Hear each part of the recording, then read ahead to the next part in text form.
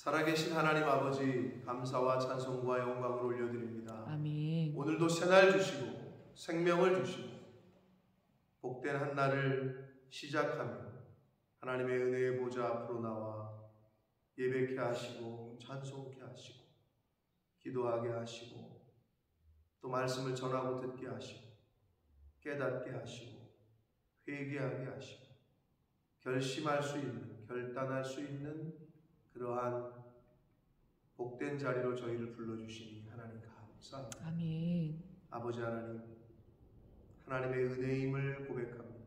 주여. 오늘 하루도 하나님께서 허락하시고 준비하신 이 세상을 살아갈 때에 주여. 시간도 생명도 태양도 이 세상 모든 만물도 하나님께서 예비하시고 준비하셨거늘 하나님께서 다 준비하신 이 세상을 살아갈 때 착각하지 말게 하시고 하나님 기뻐하시는 뜻대로 오늘 하루를 살아가는 저희들 모두가 되도록 주님 은혜 내려 주옵소서. 아멘. 예수 그리스도 이름으로 축복하며 기도 올리옵나이다. 아멘. 성전에서 예수님께서 성전을 깨끗게 하신 일명 성전 정화 사건을 행하시고 또 가르치시고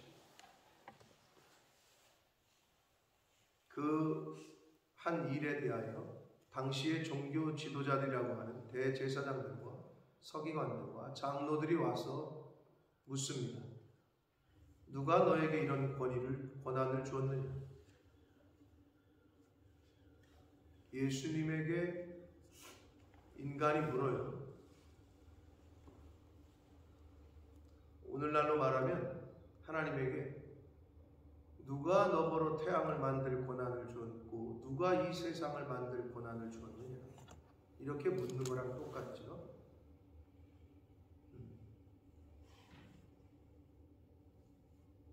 자, 그렇게 묻는 그들에게 예수님께서 비유로 말씀하시는 게 12장. 예수께서 비유로 그들에게 말씀하시는, 여기서 그들은 대제사장들과 서기관들과 장로들, 당시의 종교 지도자들입니다. 그러니까 예수님께서 그들에게 말씀하시는 거예요. 그걸 분명히 일단은 아시고, 자, 말씀하시는 이는 예수님이요, 비유로 가르침을 받는 사람들은 대제사장들과 서기관들과 장로들이다. 비유로 말씀하시되 한 사람이 포도원을 만들어 산 울타리로 두르고 즙 짜는 틀을 만들고 망대를 지어서 농부들에게 세로 주고 타국에 갔다. 이렇게 기록되어 있습니다. 자, 여기서 한 사람은 누구겠어요?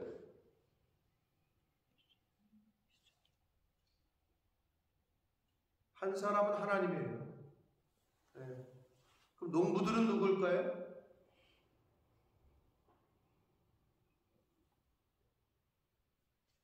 농부들은 포괄적으로 말하면 우리고, 오늘날의 우리들이고, 이 당시의 문맥상에서는 그들이고, 대제사장들, 종교 지도자들, 서기관들, 장로들이고, 더 넓은 의미에서는 오늘날의 모든 크리스찬들이고. 자, 누가? 한 사람이, 하나님께서 그러니까 농부들에게 맡긴 거지. 포도원을 만들어서, 이 우주 만물을 만들어서 다스리고 정복하라. 아담과 하와에게 맡겼지. 인간들에게 만들어 주신 분은 하나님이에요. 생명 주시고 태양도 주시고 살 수 있는 이 땅도 주셨고 처음부터 끝까지 다 만들어 주셨어요. 그게 산 울타리를 둘러주셨고 즙 짜는 틀을 만들어 주셨고 망대를 지어 주셨고 다 세틀다운 해줬다는 거야. 다 해주셨어요. 그리고 농부들에게 맡겼다는 거죠. 그 비유입니다, 지금. 그래서 때가 이렇어요. 어느 때가? 이제 맡겼으니까 왜 이런 비유를 하셨냐 하면 당시에 이스라엘은 로마의 지배를 받고 있었고 모든 땅을 로마 사람들에게 뺏겼기 때문에 유대인들 즉 이스라엘 사람들은 소작농이었다고. 자기 땅이 아니라 로마 사람의 빼앗긴 땅에서 그 땅을 주인은 따로 있는데 그냥 농사 져가지고 그 소출이 나오면 주인에게 주고 나머지 얼마를 받는 소작농, 그런 상황이었기 때문에 이게 쉽게 더 이해가 됐겠죠. 그들에게 있어서는. 그래서 때가 이렇어요. 그럼 이제 추수를 하고 농사를 져서 열매를 거두면 주인에게 갖다 준단 말이에요. 당연히 그렇죠. 근데 열매를 못 주면 계약된 쌀 몇 가마니를 넌 날 주고 나머지 네가 먹어라. 그게 안 되면 소작농을 바꾸죠. 너는 이제 일하지 말아라. 이렇게 되는 거 아니에요? 자, 때가 이르렀어요. 농부들에게 포도원 소출 얼마를 받으려고 한 종을 보냅니다. 자, 소출은 열매를 말하죠. 즉 하나님께서는 저와 여러분에게 모든 것을 주셨죠. 그리고 열매를 요구하실 때가 온다. 그 때가 옵니다. 각 사람에게. 물론 모든 사람에게 마지막 때는 하나님 앞에 서는 때겠고, 그 전에라도 개체 개별적으로 한 사람들에게 요구하실 때가 있다. 열매를, 소출을. 이런 비유의 말씀인 거예요, 지금. 자, 그런데 그래서 그 소출을 받으려고 종을 보내요. 그럼 여기서의 종은 누구를 말하는 걸까요? 이 성경 당시로 볼 때는 하나님의 종들이죠. 선지자들이죠. 선지자들. 그런데 그 종을 잡아 심히 때려요, 이 농부들이. 그리고 빈손으로 보내요.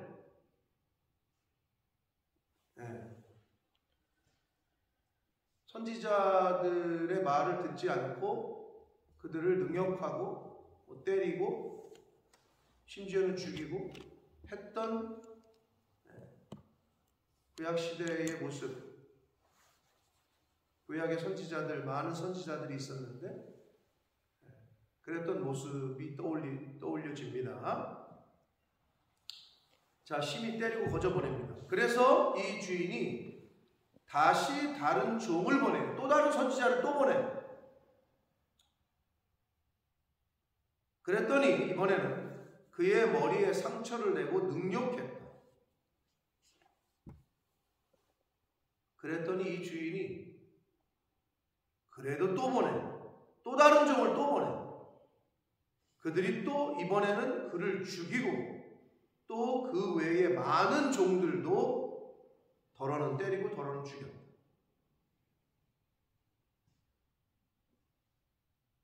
자, 점진적으로 발전이 되죠. 뭐가? 처음에는 때리기만 했어요. 그러더니 두 번째는 머리에 상처를 내고, 머리는 되게 위험한데, 그리고 능욕해서 보내요. 세 번째는 죽여요. 야고보서 1장 15절에 보면 욕심이 잉태한 즉 죄를 낳고 죄가 장성하면 사망이 있다. 여러분, 죄는 점점점 커지는 특징이 있습니다. 조그만 죄를 지었을 때 회개하지 않으면 그 다음엔 더 큰 죄를 져요. 이게 점점점 커져요. 그래서 옛말에 우리나라 어르신들이 바늘도둑이 소도둑 된다라는 말이 있어요. 바늘 훔쳤을 때 회개해야 돼요.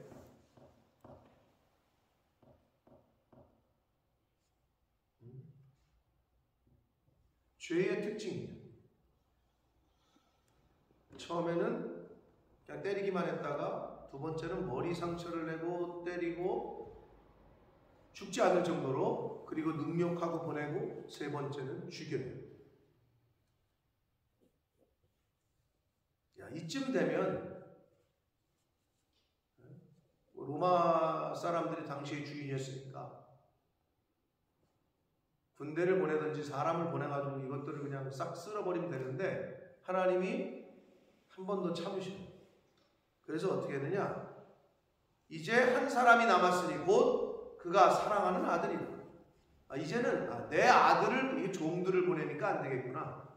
내 아들을 보내면 이들이 좀 리스펙트를 하고 좀 저거를 하겠지.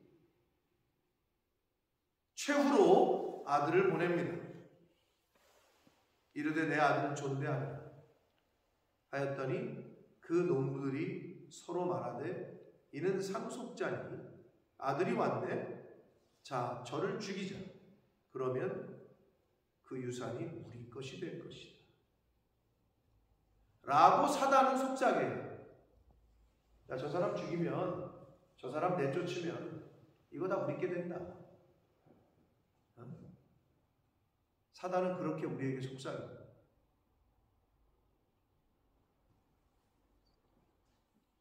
그래서 8절 이에 잡아 죽여 포도원 밖에 내던졌다.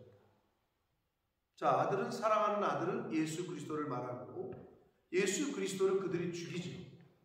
죽는데 내어주고 포도원 밖에 내던졌다는 것은 예루살렘 그 마을 밖에 골고다 언덕에 성전 그 성벽 밖에다가 십자가에 매달아 죽입니다. 예수 그리스도는 죄인의 구원을 위해 하나님이 보내신 최후의 오름입니다. 아멘. 그래서 예수 그리스도를 어떻게 대하느냐에 따라서 운명이 바뀝니다. 구원을 받을 거냐, 멸망을 받을 거냐. 하나님의 말씀을 내가 어떻게 들을 거냐, 순종할 거냐, 거부할 거냐. 쉽게 얘기하면 하나님의 뜻대로 할 거냐, 내 뜻대로 할 거냐. 하나님의 뜻이냐, 내 생각이냐, 하나님의 생각이냐. 이게 대립이 되는 거예요. 그거를 보여주시고 있어요. 그러니까 이걸 듣는 대제사장들과 서기관들과 장로들에게 하신 거니까 그래도 나름 배운 사람들이고 이거를 못 알아들을 리가 없겠죠. 이것이 우리 버릇 하는 얘기네 지금. 뭐 이런 거겠죠. 자, 그런데 예수님께서 거기서 그들이 구약에 익숙한 사람들이었기 때문에, 유대인들이었기 때문에 그 시편 118편의 말씀을 인용하면서 너희가 성경에 건축자들이 버린 돌이 모퉁이의 머릿돌이 되었나니 이것은 주로 말미암아 된 것이요 우리 눈에 놀랍도다 라고 기록된 것을 너희가 알지 않냐? 읽어보지 않았느냐? 라고 말씀하십니다. 주로 말미암았다 라고 말씀하십니다. 하나님께서 다 프로바이드 해주신 거예요. 이 모든 것.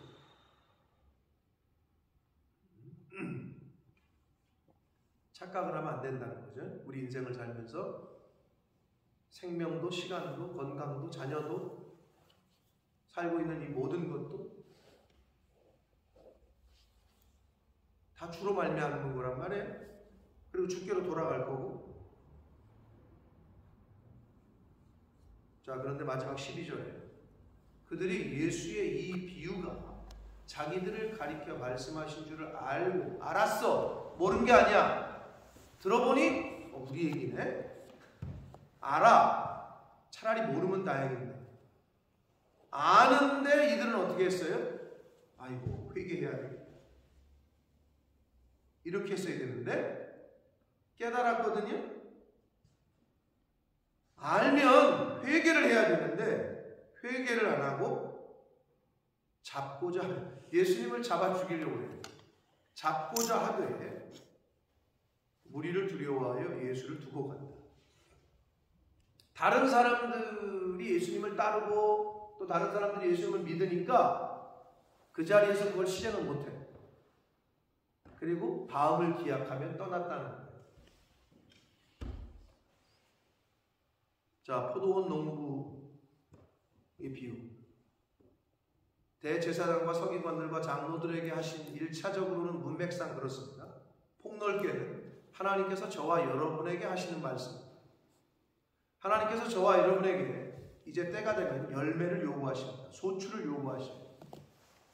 열매를 준비하셔야 됩니다.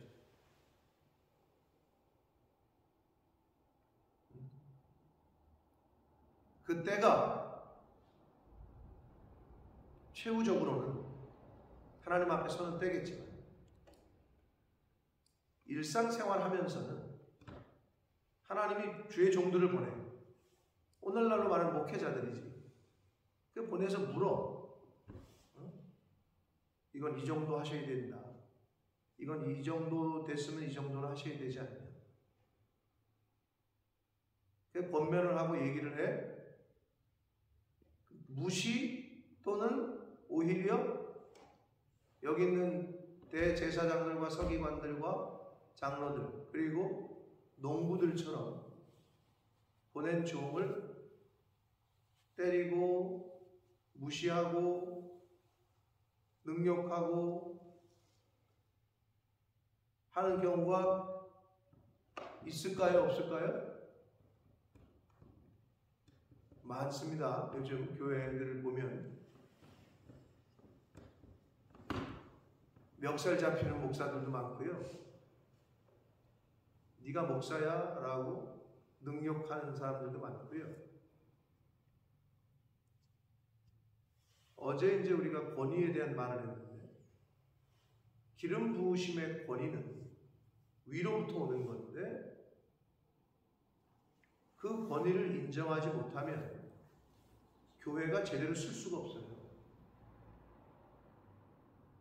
그게 기본이에요. 근데 사람들이 하나님이 세우신 권위를 인정 안 하니까 끌어내리는 거예요. 하나님이 세우신 권위가 두려우면 절대 그렇게 못하죠. 그렇죠? 두려우면 그렇게 못하죠.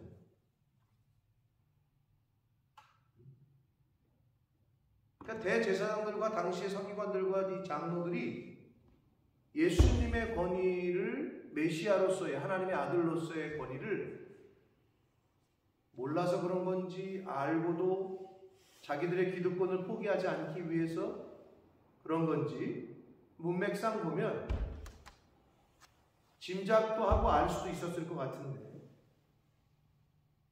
이방인인 백부장도 저는 하나님의 아들이다 라고 알 정도인데 왜 그들이 몰랐을까? 모르는 척 하는 거든지 아니면 알고도 죽여야 자기들이 사니까 모든 지금 시선이 예수에게 가 있으니까 예수가 없어져야 자기들이 누리던 그 기득권을 그대로 누릴 수 있으니 그래서 잡아 죽인 거란 말이에요.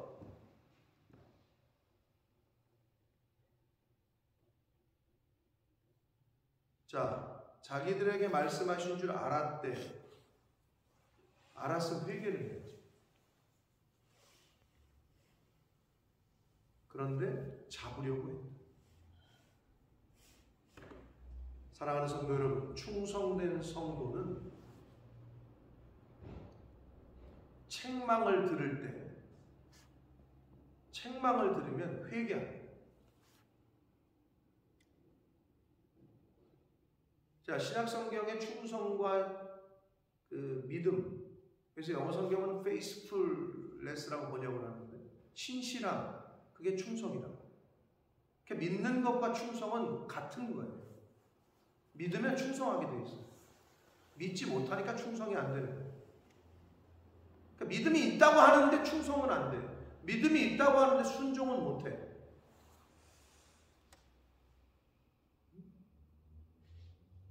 그게 이제 여기 나오는 대제사장들과 서기관들과 바리새인들과 이 종교 지도자들의 모습이에요.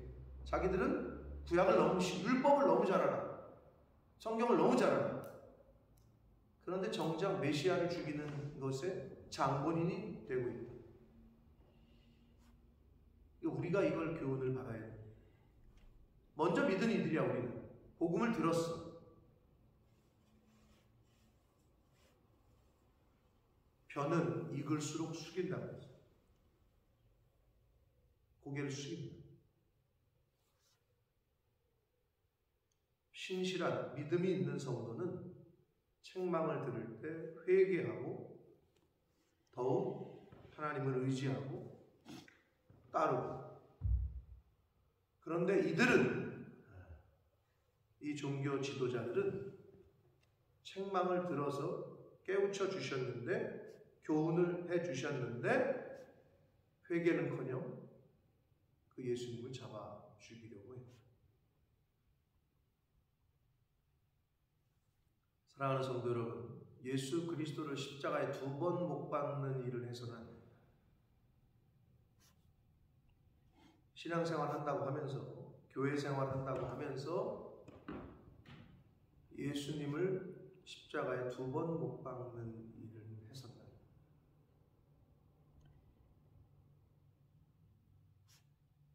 사람의 가슴에 대못을 박아도 그것도 못할 짓이고 힘들다고 하는데, 하물며 하나님에게 그러겠어요?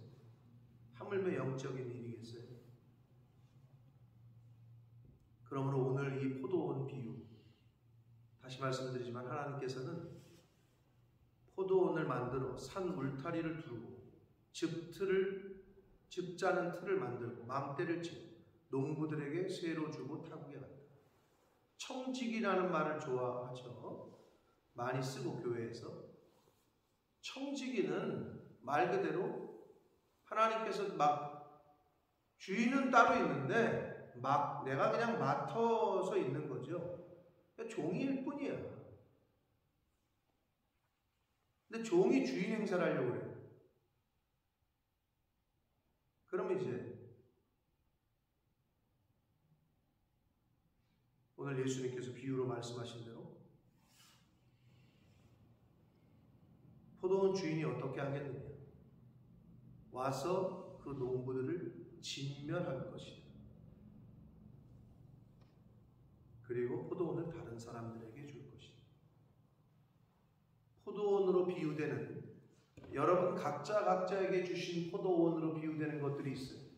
그게 남편일 수도 있고 자녀들일 수도 있고 여러분의 사업체일 수도 있고 건강일 수도 있고 시간일 수도 있고. 잠언에 보면 악인들의 재물을 빼앗아 의인들에게 준다는 말씀이 있죠. 네. 하나님이 맡겨주신 포도원을 내 것인 양 착각하지 마시고 잘 맡아서 충성해서 열심히 일해서 열매를 요구하실 때, 소출을 요구하실 때 드릴 수 있는 저와 여러분 되시길 축복합니다. 아멘. 자녀도 마찬가지예요. 자녀는 하나님의 기업이라고 못을 박으셨죠. 근데 가끔 내 것이라고 착각하는 사람들이 있죠. 내 새끼라고. 근데 영적으로는 분명히 다릅니다. 그건 하나님의 기업이야. 근데 이제 내 새끼라고 착각하니까 자기 혼자 뛰어내리면 되는데 왜 애는 같이 뛰어내리는 거야? 다리 위에서. 왜? 나 죽을 때 너도 죽어야 된다 이거야. 자, 죽으려면 혼자나 죽지. 왜 애를 같이 데리고 뛰어내리냐고. 네? 내 거라는 생각이 있어서 그래. 내 거라는 생각. 자녀는 하나님의 기업이고 라고 못을 박으셨기 때문에 여기서 말씀하시는 포도원이 각자에게 주시는 의미가 다를 텐데, 그 포도원은 내가 가꾼 게 아니다. 하나님이 다 세트 만들어 주셔서 농부들에게 세를 주고 떠났다.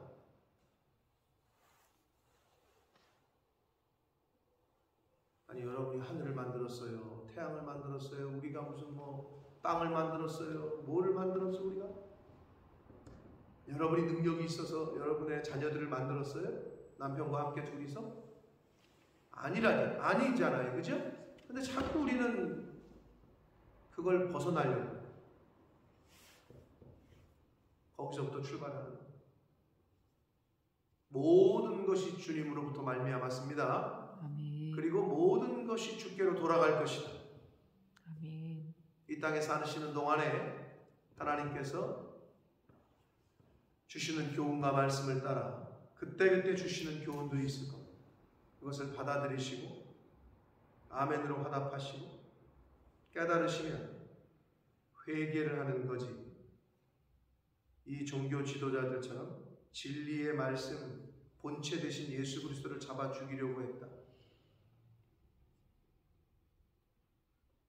예수님한테도 그랬는데 하물며 그 자리에 서지 않도록 늘 조심하고 나를 점검하고 뒤돌아보고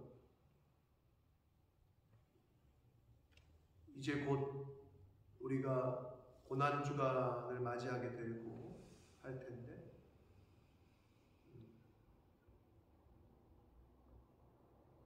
예수 그리스도를 십자가에 2번 못 박는 일은 하지 않는 저와 여러분 개인들 되시기를 예수 그리스도의 이름으로 축복합니다. 아멘. 살아계신 하나님 아버지, 감사와 찬송과 영광을 올려드립니다. 아버지 하나님, 매일매일이 그냥 되는 것 같고 당연히 내일이 올 것이라고 생각하고 눈을 뜨고 당연히 내가 다시 교회에 올 것이라고 생각을 하며 살아가진 않습니까? 아버지, 그 당연한 것이 당연한 것이 아니고 하나님의 주신 은혜였으니 늘 깨닫게 하시고 하나님께서 모든 것을 준비해 주셔서 맡기셨는데 하나님께서 하나님의 때를 따라 때가 차서 소출을 열매를 요구하실 때 하나님 앞에 드릴 수 있는 이건 내 건데요. 혹시 이러고 신앙생활하고 있진 않은지 아버지, 저희들의 모습이 이 종교 지도자들의 모습일까 두렵습니다. 깨닫게 하시고 교훈해 주시고 때로는 채찍질해 주셔서 잘못된 길을 가고 있다면 돌이킬 수 있도록 회개할 수 있도록 성령 하나님 우리들의 심령에 좌정하셔서 말씀하여 주시고 인도해 주옵소서. 아멘. 그럴 때 그 인도하심에 그 말씀에 순종하는 제가 되게 해주시고 주님의 몸된 교회에 속한 한 영혼 한 영혼들 되어서 주님 은혜 내려 주옵소서. 아멘. 예수 그리스도 이름으로 축복하며 기도 올려옵나이다. 아멘.